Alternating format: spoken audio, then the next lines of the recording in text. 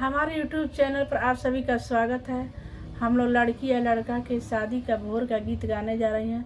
आप लोग लाइक कीजिए, सब्सक्राइब कीजिए। हम लोग का वीडियो अच्छी लगे शेयर कमेंट कीजिए। गलती को क्षमा कीजिए, सब्सक्राइब और लाइक करना ना भूलें। भोर का गीत पूरा वीडियो देखिएगा।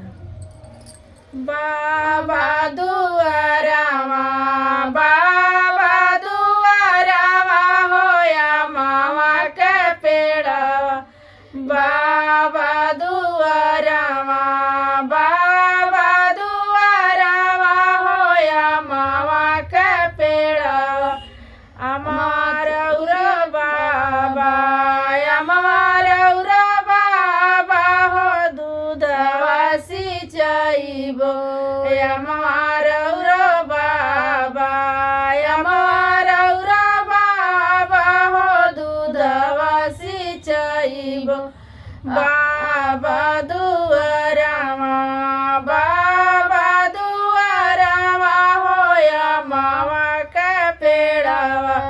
बाबा दुआरावा, बाबा दुआरावा होया मावा के पेड़वा।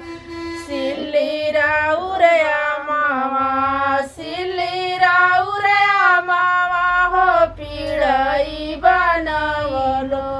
सिल्ली राउरया मावा, सिल्ली राउरया मावा हो पीड़ाई बनाइबो। पल्लो राउरया मावा, पल्लो राउरया मावा होई मिली घोटाइबो। पल्लो राउरया मावा, पल्लो राउरया मावा होई मिली घोटाइबो। चाचा दुआरावा, चाचा दुआरावा होया मावा के पेड़वा। चाचा दुआरावा, चाचा दुआरावा होया मावा के पेड़वा। लकड़ी तुहरया मावा, लकड़ी तुहरया मावा हो मिया करवलो।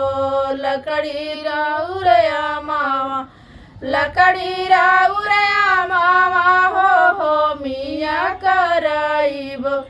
चुनी राउरया मावा, चुनी राउरया मावा हो भोजनी बनाइबो। चुनी राउरया मावा, चुनी राउरया मावा हो भोजनी बनाइबो। भैया दुआरावा, भैया दुआरावा होया मावा के पेड़वा। भैया दुआरावा, भैया